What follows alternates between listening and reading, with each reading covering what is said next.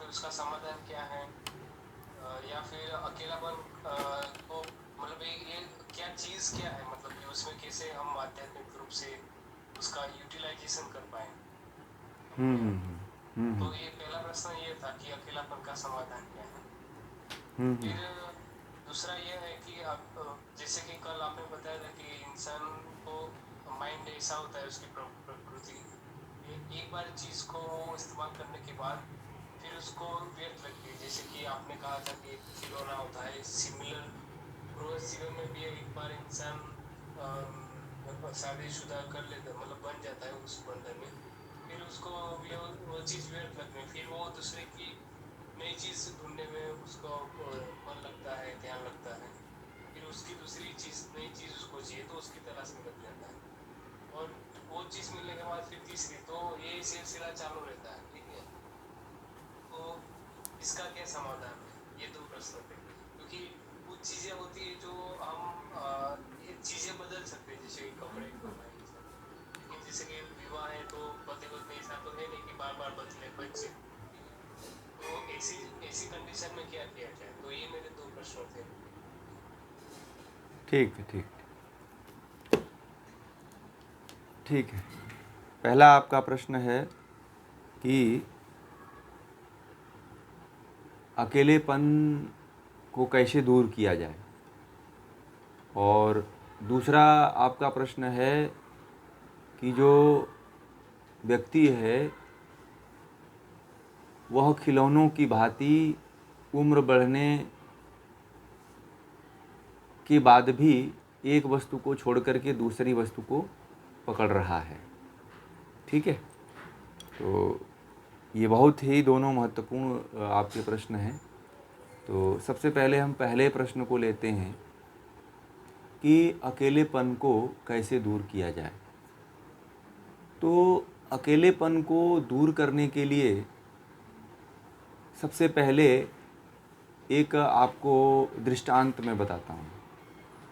उस दृष्टांत से यह पूरी बात जो है क्लियर हो जाएगी कि अकेलेपन को आप किस तरह से दूर करोगे। तो अकेलापन में एक कहानी है जिसको मैं आपको बताऊंगा। एक लड़का था। तो वह लड़का जो था उसकी उम्र जो है 20 या 22 साल रही होगी, और वह उसके परिवार में उसकी माँ थी, उसके बहन थे, उसके चाचा चाची थे, उसके घर में दादा दादी सब थे। सभी लोग उसके परिवार में रहते थे। और वह लड़का जो है ऐसा था कि उसके घर की परवरिश ऐसी थी कि केवल जैसे कि उसके घर में लोग नौकरी करते थे, कोई खेती करता था, घर के जो स्त्री थी, महिलाएं थीं, वह अपने घर का कार्य करती थी। तो उसके पास केवल परिवार के संस्कार के रूप में यही था कि पढ़ना लिखना, अपना काम करना, सबके साथ सेवा सत्कार करना जैसा आजकल है। तो बस इतना ही संस्कार घर से मिला था, और कोई संस्कार नहीं था। तो वह क्या करता था कि अब उम्र बढ़ने लगी तो वह अकेले रहने लगा। छोटा था तो अपने दादा दादी या फिर चाचा चाची भाई बहन के साथ खेलता था। जैसे ही बड़ा बड़ा होने लगा वह अकेले रहने लगा। तो जब अकेले रहने लगा तो उसके पास संगति के रूप में उसके केवल मित्र थे। पढ़ने के लिए जो स्कूली किताबें थीं, और देखने के लिए टीवी थी। उस समय मोबाइल नहीं थे जिस समय की मैं बात कह रहा हूँ। तो वह लड़का जो है अपने दोस्तों से ऐसी संगति में पड़ा, दोस्तों की ऐसी संगति में पड़ा वो, कि उसके दोस्त थे वह पढ़ते भी थे और जो है गलत संगतियों में भी फंसे थे। जैसे कि गलत स्त्रियों के प्रति, लड़कियों के प्रति बातें करना, काम क्रीड़ा की बातें करना, लड़कियों के बारे में बातें करना, मतलब एक तरह से जो गलत संगति में सारी क्रियाएं होती हैं, संपर्क करना, फंसाना किसी को लेकर के भाग जाना, यही सब मतलब उसमें चर्चाएं हुआ करती थी। एक तो संगति का वहाँ पे उसका असर पड़ा। दूसरा, जब वह कुछ टीवी देखता था, फिल्में देखता था, तो उसमें भी कुछ ऐसे ही दिखाए जाते थे जहाँ पे एक दूसरे से एक लड़की प्रेम करती है, उसके घर वाले राज़ी नहीं होते हैं, फिर बाद में लड़ाई झगड़े होते हैं, फिर परिवार अंत में जो है उसकी अच्छाई देख करके उसको स्वीकार करता है, तो उसकी लड़की से उसकी शादी होती है। तो वही वह देखता है कि उसके इर्द गिर्द जो है दोस्तों की बात आती है, फिल्मों की बात आती है, और उसके परिवार में जो देखा रहता है कि मेरे जो घर में बड़े लोगों की जो शादी विवाह होता है, वही देख करके बड़ा हुआ होता है जो इस समय आप देख रहे हो। यह कहानी जो है बहुत लंबे समय की नहीं है, आज से 15 से 20 साल पहले की कहानी है। तो वह लड़का जो है इस तरह से धीरे धीरे धीरे धीरे धीरे जो है वह बुरी संगतियों में खुद स्वयं देख करके और स्वयं उसके अंदर अकेलेपन में रहते रहते उसके अंदर जो है ये दुर्भावनाएं, गलत भावनाएं, गलत विचार, गलत संगति के कारण गलत कार्य करने की प्रवृत्ति उसके अंदर भी जाग जाती है। वह भी अपने आसपास के लड़कियों को, महिलाओं को पुनः उसी दृष्टि से देख करके उनके साथ भी वह चोरी से छुपके से वही कार्य करने लगता है। ठीक वही कार्य करने लगता है, और एक समय ऐसा आता है कि उसका जीवन भी एक दिन क्या होता है, उन्हीं गलत संगतियों में पूरी तरह से रच फंस करके, क्योंकि उस व्यक्ति के पास कोई बाहरी ज्ञान नहीं आता है। जो अच्छे ज्ञान होना चाहिए, जो संगति होनी चाहिए, जो संस्कार होना चाहिए, वह नहीं आ पाता है। आजकल के परिवारों में भी किसी तरह के संस्कार नहीं हैं कि अपने बच्चों के साथ माँ बाप बैठ करके अच्छे ज्ञान की, किसी महापुरुष की, किसी विद्वान की, किसी देवी देवता की कोई बात करे या कथा करे या कोई कहानी सुने। आजकल के माँ बाप ऐसे हैं कि बच्चों के पास बैठ करके बात भी नहीं करते, और बहुत से परिवार तो ऐसे हैं जो अपने बच्चों से बात भी नहीं करते हैं। माँ बाप ऐसे भी हैं। आपने देखा होगा कि इतने जैसे ही बड़े हो जाते हैं बच्चे, तो बाप तो खास तरह से बात करना ही छोड़ देता है। माँ तो कुछ चलो बात भी कर लेती है, बाप तो एकदम किनारे होकर के बैठने लगता है और बातचीत भी नहीं करता है कि अब तो लड़के बड़े हो। ना ही उनको किसी तरह का ज्ञान देता है, ना संस्कार देता है। बस वही स्कूली पढ़ाई में जो ABCD पढ़ाया जाता है, या कुछ जोड़ घटाना मैथ के जो सवाल बता देता है, सिखा देता है, और वो पूरा निर्भर उसका हो जाता है सरकारी स्कूल के सिलेबस पे। तो इस तरह का जो जीवन होता है वह अकेलेपन को अकेलेपन में जाने के लिए जो विवश कर देता है, और जब जो व्यक्ति अकेलेपन में चला जाता है वो गलत संगतियों को ढूंढता है, और जो संगति में वो देखता है फिर वह उसी को अपने जीवन में उतारने लगता है। उसके लिए वही व्यवहार बन जाता है, वही संसार बन जाता है, और वही दुनिया बन जाती है। और देखने के लिए रोल मॉडल के रूप में धारावाहिक हो जाते हैं और फिल्में हो जाती हैं। यही इसी के इर्द गिर्द उसका जीवन जो है चलता है, और दूसरा उसके परिवार में कोई संस्कार उसको नहीं मिलता है। ये तो मैं आपको एक दृष्टांत बताया अकेलापन का। ठीक, इस कहानी को आप ध्यान में रखिएगा। ये जो दृष्टांत है अकेलेपन का पूरा सलूशन देगा आपको, इसीलिए मैंने ये बात आपके सामने रखी। तो इसका अब आपको इसी दृष्टांत के माध्यम से मैं जो है इसके अकेलेपन का क्या उपाय है, अकेलेपन से कैसे बचा जा सकता है, अकेलेपन से छुटकारा कैसे पाया जा सकता है, तो इसके मूल में सबसे पहले चलेंगे हम परिवार और परिवार का संस्कार। तो आपने जब स्वामी विवेकानंद को पढ़ा होगा या सुना होगा या उनकी जीवनी पढ़ा होगा, तो उसमें कहते हैं, स्वामी विवेकानंद एक बात लिखते हैं कि जब मैं बहुत छोटा था तो मेरी माँ जो है या मेरी दादी जो है हमको रामायण और महाभारत और शिवाजी और देश के महापुरुषों की कहानी सुनाया करती थी। ठीक, और ये भी आपने सुना होगा कि उनके दादा दादी, नाना नानी जो है कहानियाँ और किस्से सुनाया करते थे। परंतु अब परिवार में जो संस्कार मिलते थे, जो माता पिता के द्वारा, पहला उपाय नोट कर लीजिए, पहला उपाय है परिवार का संस्कार। परिवार का संस्कार ऐसा होना चाहिए कि बच्चा दूसरे जगह जो है दूसरे के यहाँ सुख लेने के लिए जाए ही ना। हम ऐसा उसको सुख दे दें कि वह दूसरे जगह सुख लेने की चेष्टा ही ना करे। समस्या ये होती है कि परिवार में, बड़े परिवार में रह कर के भी जैसा वो बच्चा था, उसके घर में बहुत बड़ा परिवार था और बड़े परिवार में रह कर के भी वह अधूरा था, क्योंकि उसको न किसी दादा दादी से ज्ञान मिला था, न ही माता पिता से किसी तरह का शिक्षा या ज्ञान मिला था। जब थोड़ा सा बड़ा हुआ तो उसको प्राइमरी स्कूल में, गांव के स्कूल में डाल दिए, और आपको पता है कि सरकार के द्वारा बनाए हुए सिलेबस में कितना ज्ञान छिपा हुआ है।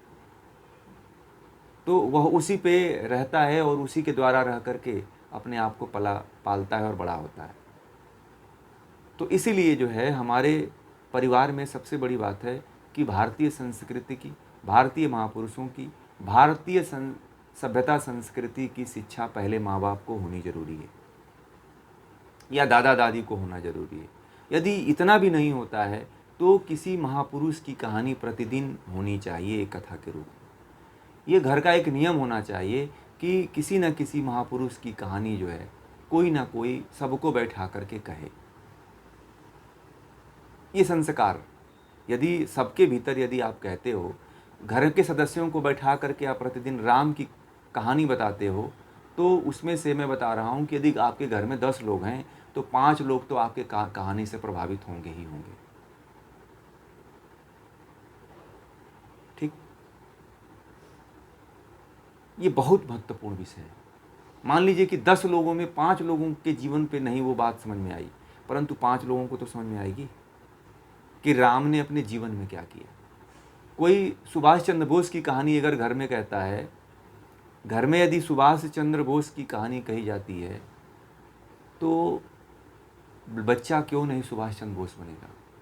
यदि लाल बहादुर शास्त्री की कहानी बताई जाती है तो क्यों न सादगीपूर्ण प्रधानमंत्री मिलेगा हमारे देश को। तो हमारे महापुरुषों को हमारे परिवार के किसी सदस्य द्वारा बताया ही नहीं जाता है, तो संस्कार आएंगे कैसे।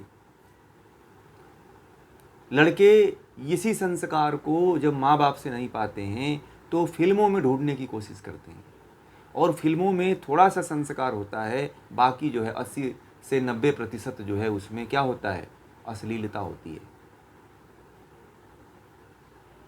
और 80 और 90% अश्लीलता में वह फंस जाता है। इसीलिए परिवार में एक संस्कार यह होना चाहिए कि जो है अपने देश के महापुरुषों को पढ़ाया जाना चाहिए, और ये पाठ कोई अलग टीचर नहीं होना चाहिए। घर के माँ बाप होने चाहिए, घर के दादा दादी होने चाहिए, घर का मुखिया होना चाहिए, जो अपने बच्चों को प्रतिदिन जो है क्रांतिकारियों की कहानी पढ़ाए, महापुरुषों की कहानी पढ़ाए। विवेकानंद, दयानंद हैं, श्रद्धानंद, और भी कई महापुरुष हुए हैं, रामकृष्ण परमहंस,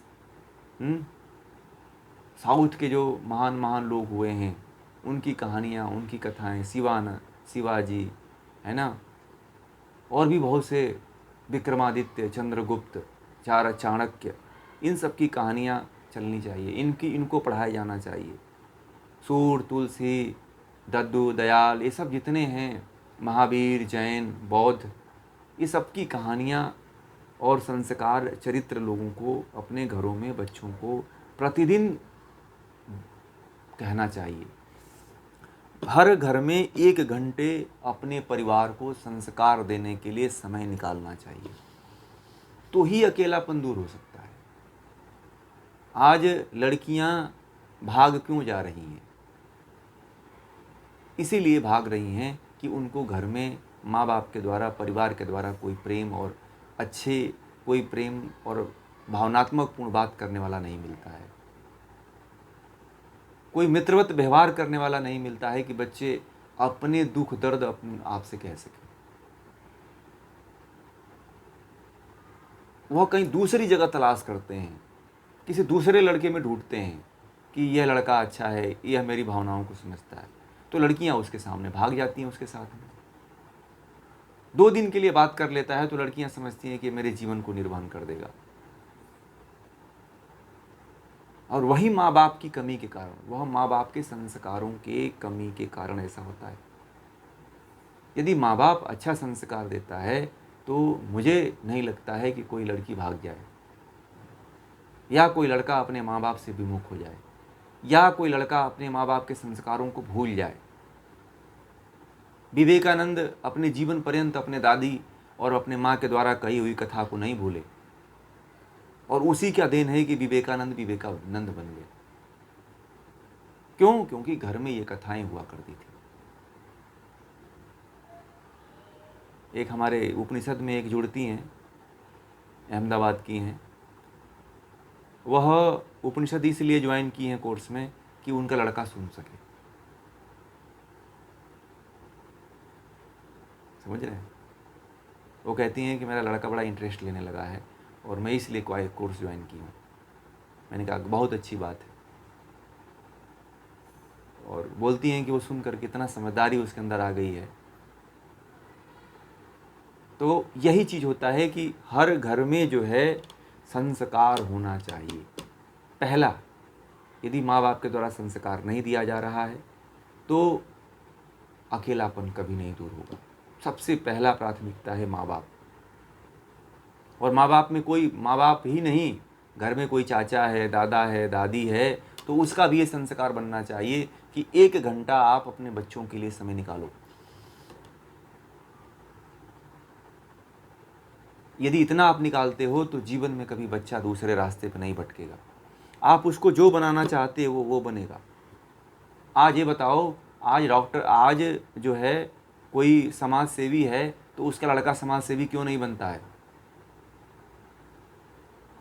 उसका लड़का जो है बिजनेसमैन बनता है। एक समाज सेवी हैं धांगध्रा में, वो कहते हैं कि मैं समाज सेवा करता रहा, मेरे लड़के कोई भी समाज सेवा में नहीं आना चाहते हैं, सब बिजनेस के धंधे में चले गए। अब मैं उनको नहीं कह सकता था, परंतु आपको ये बातें मैं कह रहा हूँ तो वहाँ पे मैं ये बातें कह दे रहा हूँ कि आपने अपने बच्चे के अंदर वो संस्कार डाला ही नहीं जिससे आप प्रेरित होकर के आए थे। वो कथा उनको बताया ही नहीं, वो बात बताई नहीं, तो आपके बच्चे कैसे समाज सेवा में आ सकते हैं? आपके बच्चे तो फिर वही पब डांस करेंगे, हैं, शराब पिएंगे, गजेड़ी होंगे, नशेड़ी होंगे, हैं, होंगे कि नहीं होंगे? तो अकेलापन का पहला जो कारण है वह परिवार है, जो संस्कार नहीं दे पाता है। और दूसरा जो कारण है सबसे बड़ा, संगति। मैंने उस लड़के का दृष्टांत इसीलिए आपको दिया था कि उस लड़के का जो सबसे बड़ा जो है भटकने का, जो अकेलापन का जो सबसे बड़ा कारण रहा, संगति रहा। और उस संगति में वह अपने दोस्तों के पास गलत संगतियाँ और गलत विचार और भावनाएं अपने जीवन में भरता रहा। और गलत विचार और भावनाएं भरने के कारण उसके जीवन में उन दोस्तों, गलत दोस्तों के विचार भाव आ गए और उनको वह सीख करके, जान करके वह जो है अपने आसपास वही प्रयोग करने लगा। और इसलिए उसका जीवन जो है क्या होता है, बर्बाद हो जाता है। दूसरा क्या होता है, संगति। तो हमें अकेलापन को दूर करने के लिए संगति सही होनी चाहिए। यदि मान लीजिए आपकी संगति आज अच्छी नहीं होती तो यह इतनी बातें, आप ज्ञान की बातें कभी नहीं जान पाते। यह संगति के कारण ही संभव हो पा रहा है कि आप इतनी ज्ञान की बातें आप सुन ले रहे हो, समझ ले रहे हो। तो हमें हमेशा जो है अपने से ऊंचे व्यक्ति की संगति करनी चाहिए। जो हमसे ऊंचा हो उस व्यक्ति की संगति हमेशा रखना चाहिए, मान सम्मान रखना चाहिए, इज्जत रखना चाहिए, तो हमें और ज्ञान मिलता है। हमें हमारे अंदर अहंकार नहीं रखना चाहिए। तो ये ध्यान रखना चाहिए कि संगति हमारी कैसी है। यदि संगति अच्छी है तो वह व्यक्ति जो है अकेलापन में कभी नहीं रहेगा, क्योंकि एक अच्छे व्यक्ति की संगति कहते हैं कि लाखों लोगों के बराबर होती है। एक अच्छा व्यक्ति और लाख दोस्त, एक तरफ अच्छे व्यक्ति को रख दीजिए और एक तरफ अपने 1 लाख दोस्तों को रख दीजिए, वह बराबर होता है। क्योंकि जो 1 लाख दोस्त होते हैं वह आपके हामी में हामी भरते हैं। अंकित ने कहा कि चलो शराब पीने चलते हैं, तो सारे दोस्त कहते हैं अरे चलो चलो कि शराब आज पीने चलते हैं। तो वह दोस्त आपको कभी गलत रास्ते से नहीं रोकते हैं, परंतु एक अच्छा जो व्यक्ति होता है, जो अच्छा संगति होती है, वह आपको बुरे कार्य करने से रोक लेती है। एक ही व्यक्ति रोक लेता है, अच्छा व्यक्ति, कि हमको शराब नहीं पीना है, हमें पब बार में नहीं जाना है, हमें भांग नहीं पीना है, हमें सुपारी गांजा नहीं पीना है। तो एक अच्छा व्यक्ति रोक सकता है। और जो 1 लाख दोस्त हैं, वो आपके समर्थन में हमेशा रहेंगे। आप गलत काम करोगे तो आपके सपोर्ट में रहेंगे, हमेशा आपके सपोर्ट में रहेंगे। यदि आप अच्छा काम करोगे तो आपसे सब दूरियां बना लेंगे। आजकल के दोस्त यही हैं, आपके साथ कोई नहीं होगा क्योंकि आप सामाजिक कार्य कर रहे हो। यदि वही लड़की बाजी सिटियाबाजी करते, आप थोड़ा घूमते, तो आपके साथ सारे दोस्त आपका साथ देते। ठीक है, तो यही होता है कि हमें अच्छे व्यक्ति की संगति करना चाहिए। 1000 दोस्त ना हो ठीक है, परंतु एक अच्छा व्यक्ति होना चाहिए जिसकी संगति में आप रह सको, जिससे कुछ आपको ज्ञान मिल सके, जिससे आप आगे बढ़ सको। तो संगति अच्छी होनी चाहिए, दोस्त अच्छे होने चाहिए, व्यवहार अच्छा होना चाहिए। और तीसरा जो सबसे बड़ा कारण है कि हमें जो है जीवन पर्यंत जो है कुछ ना कुछ जो है सीखने की प्रवृत्ति होनी चाहिए। जीवन पर्यंत आप ऐसा नहीं है कि जीवन में सीखना छोड़ दीजिए, कुछ भी जो है जीवन में सीखने की एक प्रवृत्ति रखनी चाहिए। जैसे ज्ञान को सीखने की प्रवृत्ति रखना चाहिए, ध्यान को सीखने की प्रवृत्ति रखना चाहिए, कुछ समाज में क्रिएशन करने की प्रवृत्ति रखनी चाहिए, वो भी सीखने का गुण है। तो किसी से कुछ सीखने की जो है प्रवृत्ति अपने अंदर हमेशा रखना चाहिए। तो सीखने की, जानने की प्रवृत्ति यदि आपके अंदर है तो आप गलत संगति में नहीं पड़ोगे, तभी आप अकेलेपन को दूर कर पाओगे। यदि आपके अंदर सीखने की प्रवृत्ति नहीं है, आपको आध्यात्म सीखने की प्रवृत्ति है, तो आप आए हो मेरे पास। यदि आपके अंदर सीखने की प्रवृत्ति नहीं होती तो आप गलत रास्ते पे होते, गलत लोगों की संगति में होते कि नहीं होते। तो इसीलिए जो है हर व्यक्ति को जो है सीखने की प्रवृत्ति रखनी चाहिए और एक उद्देश्य होना चाहिए। अगला जो पॉइंट है, एक उद्देश्य होना चाहिए जीवन में कि हमें कुछ करना है, देश के लिए, समाज के लिए, स्वयं के लिए। स्वयं के लिए तो अकेलेपन में ही लेकर के जाता है, और जिस व्यक्ति के अंदर परमार्थ का उद्देश्य नहीं होता है, वह व्यक्ति हमेशा अकेलेपन में फंसता है। परमार्थ का मतलब कि बहुत से लोगों का, ठीक है। जैसे मैं ये कार्य कर रहा हूँ तो परमार्थ का कार्य कर रहा हूँ, तो उसमें एक लोगों का कार्य नहीं हो रहा है, हजारों लोगों का कार्य हो रहा है। तो जो व्यक्ति परमार्थ के बारे में सोचता है, सभी लोगों के बारे में सोचता है, वही व्यक्ति अकेलेपन से दूर हो सकता है। तो परमार्थ की भावना होनी चाहिए कि हमें दूसरे की मदद करनी चाहिए, दूसरे की सेवा करनी चाहिए। स्वार्थ की भावना अपने अंदर नहीं होनी चाहिए। तो जो व्यक्ति बहुत ज़्यादा स्वार्थी होता है, वह सबसे अधिक जो है अकेलेपन का शिकार होता है। देखिएगा, जितने भी स्वार्थी होते हैं वह अकेलेपन में मारे जाते हैं, और जो जितना स्वार्थी होता है वह उतना व्यक्ति भोगवादी होता है, वह उतना ही विषयों में फंसता चला जाता है।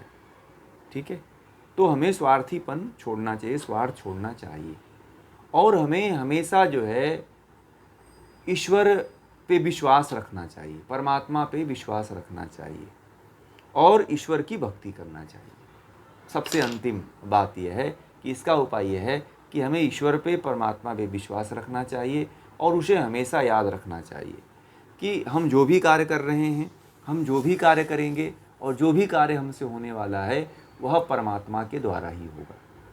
अपने जीवन में अभिमान नहीं रखना है, अपने जीवन में कर्ता का भाव नहीं रखना है, अपने जीवन में यही भाव रखना है कि ये जो भी कार्य हो रहा है वह ईश्वर के द्वारा हो रहा है। यदि यह भावना आपके अंदर हो गई तो आप अकेलेपन से पूरी तरह से छूट सकते हो। स्वार्थ की भावना यदि आपके अंदर आ गई, परमार्थ की भावना नहीं आई, तो आप अकेलेपन से कभी नहीं छूट सकते। ठीक है।